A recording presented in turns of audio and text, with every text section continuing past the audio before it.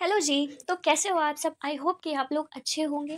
जैसा कि मैं आप लोगों से प्रॉमिस की थी कि आप लोगों के लिए बिहार बोर्ड का मॉडल पेपर लेकर आऊँगी क्लास 12th का, और मैंने अपना प्रॉमिस जो है वो कंप्लीट कर रही हूँ, उसको जारी रख रही हूँ, ठीक है। और आप लोगों ने प्रॉमिस किया था कि आप लोग पूरा अच्छे से पढ़ाई करोगे, ठीक है। मुझसे नहीं, खुद से प्रॉमिस किया है आप लोगों ने। हाँ, किया है। तो अपने प्रॉमिस को कंटिन्यू कर रही हूँ। क्या आप लोग अपने-अपने प्रॉमिस को कंटिन्यू कर रहे हो कि आप लोगों को पढ़ना है एकदम अच्छे तरीके से, ताकि आप बिहार टॉपर बन सको? एटलीस्ट बिहार टॉपर नहीं, जो बच्चे जिनका सिलेबस कंप्लीट नहीं हुआ, बिहार टॉपर नहीं, एटलीस्ट वो अपना अच्छा परसेंट तो ला सकते हैं ना। तो उसी चीज़ को मैं कंप्लीट करने के लिए, एक थोड़ा-सा टच देने के लिए, एक प्रैक्टिस अच्छे तरीके से करने के लिए, मैं आप लोगों के लिए बिहार बोर्ड का मॉडल पेपर लाई हूँ, ठीक है। तो मेरी इस कोशिश को आप लोग पूरा अंत तक देखिएगा, और अगर पसंद आएगा तो प्लीज़ एक लाइक कीजिएगा, ठीक है। और ये तो रहा कि आप जिनका सिलेबस कंप्लीट है वो भी पढ़ सकते हैं, जिनका सिलेबस कंप्लीट नहीं है वो भी पढ़ सकते हैं। लेकिन जिन बच्चों का सिलेबस कंप्लीट नहीं है, तो उन सभी के लिए वन शॉट वीडियो भी आज से आना स्टार्ट हो गया है। तो वन शॉट वीडियो को भी आप लोग देखिएगा, क्योंकि जिनका सिलेबस अगर कंप्लीट नहीं हुआ तो वन शॉट वीडियो में आपको समरी, ऑब्जेक्टिव, शॉर्ट, लॉन्ग ये सब कुछ मिलेगा, ठीक। यकीन मानो स्टूडेंट्स, विदाउट प्रैक्टिस आप किसी चीज़ के लिए फुल्ली प्रिपेयर्ड नहीं होते हैं, ठीक है। तो जिस तरह से आपके एग्जामिनेशंस में क्वेश्चंस आता है, उसी तरीके से पढ़ाई कीजिए। मैं आप लोगों का ज़्यादा टाइम वेस्ट नहीं करूँगी, इसीलिए मैं आप लोगों को बता देती हूँ कि मॉडल पेपर किस तरह से आप लोगों को आता है बिहार बोर्ड की तरफ से।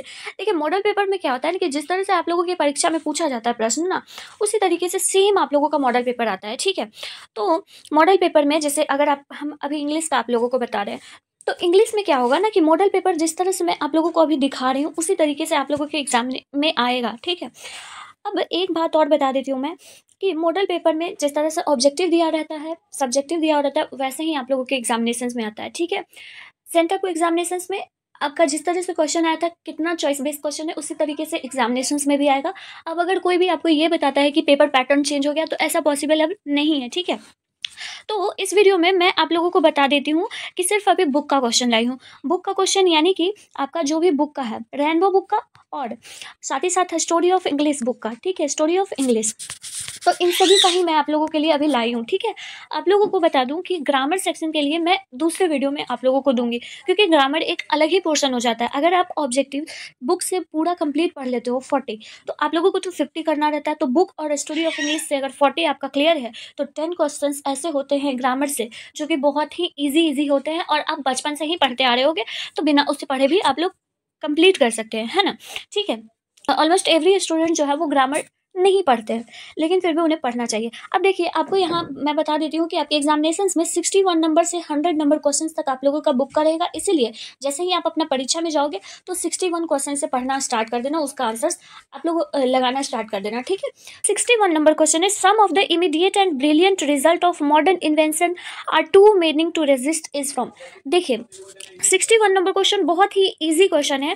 इस क्वेश्चन को हिंदी में अगर आप समझ रहे हो तो बहुत बढ़िया है, ठीक है। Some of the immediate and brilliant result of modern invention, किसी भी मॉडर्न चीज की बात करी जा रही है, ठीक है। तो मॉडर्न चीज की बात करी गई है इंडियन सिविलाइजेशन एंड कल्चर। आप लोग किसी किसी वर्ड को रिलेट करके चैप्टर से देखो, आंसर आपको खुद ब खुद मिलेगा, ठीक है। ऑप्शन नंबर डी सही हो जाएगा। 62 है, I can only assure you that I enter this office in a spirit of prayerful humility and total dedication is from. बहुत ही सिंपल क्वेश्चन है, भारत इज माई होम से लिया गया है ये क्वेश्चन। ये लाइन देखिए, कैसे आपको याद रखना है कि टोटल डेडिकेशन, स्पिरिट, पूरी आत्मा के साथ उस जॉब को करना है, उस ऑफिस में घुसना है। ये चीज़ें जो है वो भारत इज माई होम में डॉक्टर जाकिर हुसैन ही कर रहे होते हैं, ठीक है। 63 नंबर क्वेश्चन है, Nanu Kaka was coming to Delhi to see some ministers. वो कुछ मिनिस्टर्स को देखने के लिए आ रहे थे। यहाँ पर आपका ऑप्शन नंबर डी सही हो जाएगा, ठीक है। मैंने पिछले साल भी मॉडल पेपर क्वेश्चंस करवाया था, बहुत सारे बच्चे मॉडल क्वेश्चंस को देखे थे, ठीक है। 64 है, the condition of the negro was appalling. जो कंडीशन है निग्रोज की वो अपेलिंग है, दयनीय है। ऑप्शन नंबर ए सही हो जाएगा, ठीक है। The dash must have made life much prisoner and more secure. देखिए, कौन जो है वो लाइफ को बहुत ज़्यादा प्लीजनर बना देती है, सुखमय बना देती है, और बहुत ज़्यादा सिक्योर बना देती है। तो जब हम डोमेस्टिक एनिमल्स को पालते हैं, टेमिंग ऑफ डोमेस्टिक एनिमल्स जो है वो हमारे लाइफ को सिक्योर बना देती है, प्लेजेंट बना देती है, ठीक है। 66 नंबर क्वेश्चन है, only saint knows how to sing has been composed by. ये जो लिखा हुआ जो भी है, ये जो लिखा हुआ है only saint knows how to sing, ये किनके द्वारा लिखा गया है? तो ये कमला दास जी के द्वारा लिखा गया है। जब आप चैप्टर पढ़ रहे होंगे, पोएम पढ़ रहे होंगे, तो आपको पता होगा कि इस चीज़ के बारे में जिक्र किया गया है, ठीक है। 67 नंबर क्वेश्चन है, the poetess bags for dash from everybody. Poetry जो है वो क्या जो है वो सभी के दरवाजे पर जाकर या सभी लोगों से क्या मांगती है? तो वो लव मांगती है कि मुझे थोड़ा सा अपने दरवाजे पर जाकर सबसे भीख मांगती है प्यार की, ठीक है। ऑप्शन नंबर ए सही हो जाएगा, क्योंकि उसकी ग्रैंड मदर जो है वो डेथ कर गई थी, मर गई थी। Who was in a way of the snake, who was in a way of the snake. ये जो स्नेक है वो किन के पास आया था? द पोएट के पास ना, पोएट के पास ही आया था, ठीक है। ऑप्शन ए सही होगा। Dash is the master criminal, Macavity जो है वो मास्टर क्रिमिनल है किसी भी चीज़ों को किसी भी चीज़ों को क्राइम करने में, ठीक है। ऑप्शन नंबर सी सही हो जाएगा। 70 नंबर है, Rupert book died. Rupert book died of, Rupert book जो है वो किस चीज़ से मरे थे? तो सेप्टिसेमिया से मरे थे, ठीक है। सेप्टिसेमिया से, ऑप्शन नंबर बी सही हो जाएगा। और ये बहुत ही इंपॉर्टेंट क्वेश्चन से बहुत बार पूछा जा चुका है। ये जो आपका मॉडल पेपर है ना, इसमें ऐसे ऐसे क्वेश्चन है जो आपके बिहार बोर्ड में रिपीटेड होता है, ठीक है। English belongs to the ancient dash family of language. English जो है वो कहाँ से बिलोंग करती है? तो इंडो यूरोपियन के फैमिली से, उसके लैंग्वेज से बिलोंग करती है, ठीक है। ऑप्शन नंबर डी सही हो जाएगा। पहले वो यूरोपियन इंग्लिश थी, अब वो इंडिया की इंग्लिश बन गई है, ठीक है। अगला क्वेश्चन है 72 number, from 1150 onward English begin to emerge as a language of. ये स्टोरी ऑफ इंग्लिश से क्वेश्चन है। देखिए इसका आंसर जो हो जाएगा लिटरेचर। 1150 से इंग्लिश जो है वो स्टार्ट हो गई है और इमर्ज हो गई है इंग्लिश लैंग्वेज ऑफ लिटरेचर में, ठीक है। ऑप्शन यहाँ पर बी सही हो जाएगा। After the Norman conquest dash became the language of the king, court, governance and education. देखिए ये जो है नॉर्मन कॉन्क्वेस्ट किसके बीच में हुआ था, ये पूछा गया। तो नॉर्मन कॉन्क्वेस्ट जो है वो फ्रेंच के language of king, court, governance और एजुकेशन से हुआ था, ठीक है। ऑप्शन नंबर यहाँ पर आपका ए सही हो जाएगा। Who wrote the pierce the Plowman, कौन पायर्स द प्लोमैन को लिखा है? ये आपका लैंगलैंड हो जाएगा, ठीक है, लैंगलैंड। ऑप्शन नंबर बी सही हो जाएगा, ठीक है। कुछ राइटर्स हैं स्टोरी ऑफ इंग्लिश में जिसको कि आपको याद रखना है, बहुत ही इंपॉर्टेंट राइटर्स हैं। उसकी मैं अलग सेपरेट वीडियो आप लोगों के लिए लाऊंगी कि कौन कौन से राइटर जो है वो बहुत ज़्यादा इंपॉर्टेंट है स्टोरी ऑफ इंग्लिश से, ठीक है। तो आप किंग लियर कौन लिखे हैं? किंग लियर बहुत ही इंपॉर्टेंट है, विलियम शेक्सपियर ने लिखा है, ठीक है, विलियम शेक्सपियर। तो 10 क्वेश्चन जो है वो स्टोरी ऑफ इंग्लिश से आप लोगों का रहेगा ही रहेगा, ठीक है। English is used as a second language in, English को दूसरी भाषा में यूज किया जाता है कहाँ पे? तो इंडिया में दूसरी मुख्य भाषा है इंग्लिश, ठीक है। Option number D. Today dash English is recognise as a world language, कौन सी इंग्लिश जो है वो पूरी विश्व में अभी फैली हुई है? तो अमेरिकन इंग्लिश जो है वो बहुत पूरी वर्ल्ड में फैली हुई है, ठीक है। पैराडाइज लॉस्ट इज, पैराडाइज जो है, पैराडाइज लॉस्ट ये क्या है? तो ये एक एपिक है, ठीक है, एपिक है। ऑप्शन नंबर ए सही हो जाए। R N Tagore wrote, R N Tagore ने क्या लिखा है? तो आर एन टैगोर ने गीतांजलि को लिखा है। ऑप्शन नंबर डी करेक्ट होगा। The expression Himalayan blender is frequently used in dash English, कौन सी इंग्लिश में जो है वो हिमालयन ब्लेंडर जो है उसको फ्रिक्वेंटली यूज़ किया जाता है? तो अमेरिकन इंग्लिश में, ठीक है। ऑप्शन नंबर बी सही हो जाएगा, ठीक है। अब देखो आप लोग यहाँ पर 71 नंबर क्वेश्चन से लेकर 80 नंबर क्वेश्चन तक आप लोगों का स्टोरी ऑफ इंग्लिश से था। तो जैसा कि मैंने आपको कहा कि 10 जो है वो स्टोरी ऑफ इंग्लिश से क्वेश्चन रहता है, ठीक है, और लगातार रहता है, ठीक है। 81 नंबर क्वेश्चन क्या है?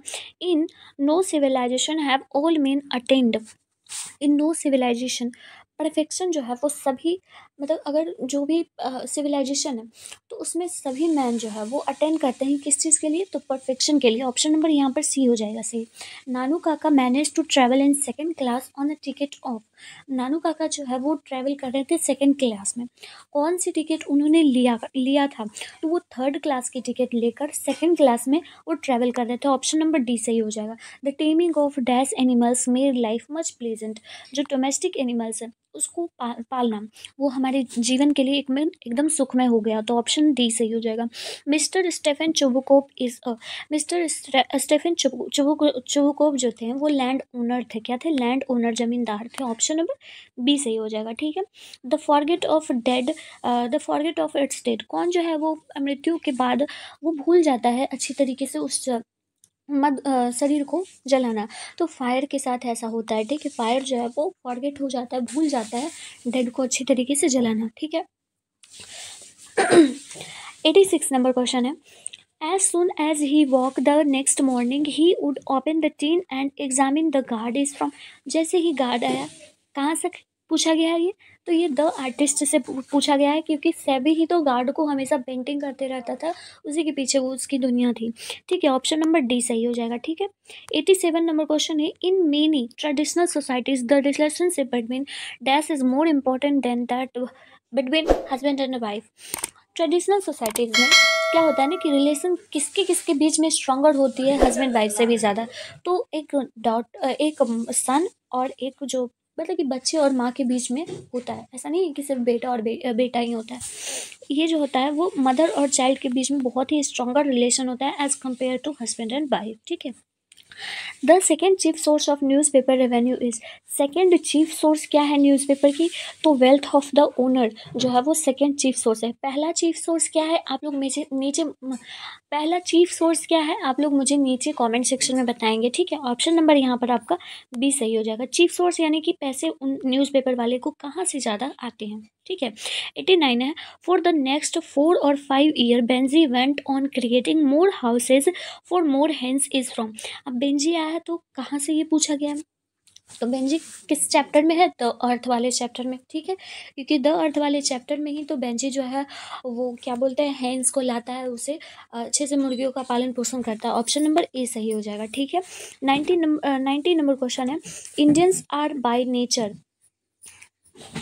अब इस क्वेश्चन में पूछा गया कि इंडियन जो है वो नेचर से किस तरह के होते हैं। तो इंडियन जो है वो नेचर से धार्मिक होते हैं, रिलीजियस होते हैं। ऑप्शन नंबर बी करेक्ट हो जाएगा। ठीक है। Lomov is a dash of Stephen Chubukov. Stephen Chubukov के लोमोव कौन थे? तो पड़ोसी थे। ऑप्शन नंबर बी करेक्ट हो जाएगा। Lomov wants to marry. Lomov जो है वो किससे शादी करना चाहता था? तो नतालिया से। ऑप्शन नंबर डी सही हो जाएगा। यहाँ पर फ्लोरेंस कौन है आप लोग मुझे नीचे कॉमेंट में बताइएगा, फ्लोरेंस कौन है। ठीक है। और ये किस चैप्टर से बिलोंग करती है? 93 है। H G Wells worked for some time as a. H G Wells जो है वो कुछ समय के लिए किस चीज़ में काम उन्होंने किया है? तो एची वेट्स कुछ समय के लिए जर्नलिस्ट का काम किया है। ठीक है। ऑप्शन नंबर बी सही हो जाएगा। एची वेट्स जो है वो द अर्थ वाले चैप्टर के राइटर हैं। ठीक है। In Bangladesh that is the kind of fairy tales. Bangladesh में किस तरह का फेरी टेल्स होता है? तो रूप थोका जो है वो बांग्लादेश में एक फेरी टेल होता है। ऑप्शन नंबर डी करेक्ट हो जाएगा। ठीक है। 95 है। Which state does Martin Luther King junior wants to see as a developed state. किस स्टेट को जो है वो मार्टिन लूथर किंग जूनियर जो है वो एज अ डेवलप्ड स्टेट देखना चाहते थे। ठीक है। तो वो अलवामा को डेवलप्ड स्टेट देखना चाहते थे। ठीक है। ऑप्शन नंबर सी सही हो जाएगा। Oh how feeble is man power is from. Oh how feeble, ये जो आदमी है, मनुष्य जो है वो कितना कमज़ोर है, उसकी पावर जो है वो बहुत ही कमज़ोर है, वो बेबस है। ये लाइन जो है वो कहाँ से ली गई है? तो sweetest love I do not go, इसी चैप्टर से लिया गया है और ये आपका पोएम का फर्स्ट चैप्टर है। ठीक है। ऑप्शन नंबर ए करेक्ट होगा। Who decided to kill the snake, कौन जो है वो स्नेक को मारने के लिए डिसाइड करता है, डिसीजन लेता है? तो पोएट जो है वो खुद। ठीक है। The poet himself. Option number B correct हो जाएगा। ठीक है। अब आ गया 98 नंबर क्वेश्चन। 3 क्वेश्चन और बचा हुआ है। I celebrate my self and Singh my self and what I assume you shall assume is from. ये जो लाइन है वो कहाँ से ली गई है? सॉन्ग ऑफ माई सेल्फ से ली गई है। अब सिंग कहीं पे भी आए, किसी भी लाइन में पूछ दिया गया तो सिंग और सॉन्ग एज ये दोनों सेम होते हैं, एज कम्पेयर टू वर्ब में ही डिफरेंस होता है। ठीक है। तो सॉन्ग ऑफ माई सेल्फ में ही सिंगिंग की बात करी गई है। वो कहते हैं कि क्या मैं जिसे मैं सेलिब्रेट करता हूँ खुद से ही गाकर, क्या तुम भी वैसे ही सेलिब्रेट करते हो अपनी ज़िंदगी को? तो यहाँ पर आपका ऑप्शन नंबर सी करेक्ट हो जाएगा। ठीक है। Starving through the leafless would dash run scolding for their food, कौन जो है वो अपने फूड के लिए स्कोल्डिंग करते रहता है, सबसे लड़ाई झगड़ा छीन झपाड़ ये सब कुछ करता रहता है। ये जो है ट्रोल्स है जो स्कैंडेवियंस में रहते हैं। ट्रोल्स एक कहते हैं एक जानवर है जो स्कैंडेवियंस में पाया जाता है। ठीक है, ऑप्शन नंबर ए करेक्ट हो जाएगा। 100 नंबर क्वेश्चन है, सीजन ऑफ मिस्ट एंड मेलो फ्रूट 100 नंबर क्वेश्चन है, सीजन ऑफ मिस्ट एंड मेलो फ्रूटफुलनेस इज फ्रॉम, ये जो लाइन है ये कहाँ से ली गई है? ये सीज़न की बात करी गई है। आपको पता होना चाहिए कि सीज़न की बात करी गई है तो चैप्टर भी सीज़न से ही रिलेटेड होगा ना। जैसे कि स्नेक ये सीज़न है नहीं, फायर है ये सीज़न है नहीं, एंड एपिटाफ ये सीज़न नहीं है, तो लास्ट ऑप्शन आपका क्या बनता है? Auto autumn, option number B सही हो जाएगा। आपको एग्जाम के दौरान इसी तरीके का माइंड चलाना है। ऑब्जेक्टिव को किस तरह से फटाफट सॉल्व करना है उसके लिए बहुत ही बेहतरीन ट्रिक है, वो मैं किसी दिन आप लोगों को बताऊंगी। ठीक है, तो आप लोगों को मैंने 40 क्वेश्चंस करवाए, अच्छे से समझ आप लोगों को आ गए होंगे क्योंकि मैंने अच्छे से समझाया, आपके तरीके से समझाया। एज अ स्टूडेंट मैं खुद को समझाती हूँ और आपको भी समझाती हूँ कि ताकि मैं जिस तरह से समझा रही हूँ कि क्या सामने वाला समझ पा रहा है या नहीं। तो मिलती हूँ फिर नेक्स्ट सेशन में, नेक्स्ट मॉडल पेपर सेट में। तब तक के लिए आप लोग पढ़ाई करिए और इस चीज़ को रिवाइज करिए। इसका पीडीएफ जो है वो आप लोगों को नीचे डिस्क्रिप्शन बॉक्स में दिया गया है, टेलीग्राम पे हम इसका पीडीएफ आप लोगों को शेयर कर दे रहे हैं। ठीक है, आप लोग वहाँ से देख सकते हो। बाकी अगले सेशन में बात होगी। Till then tata bye bye, धन्यवाद।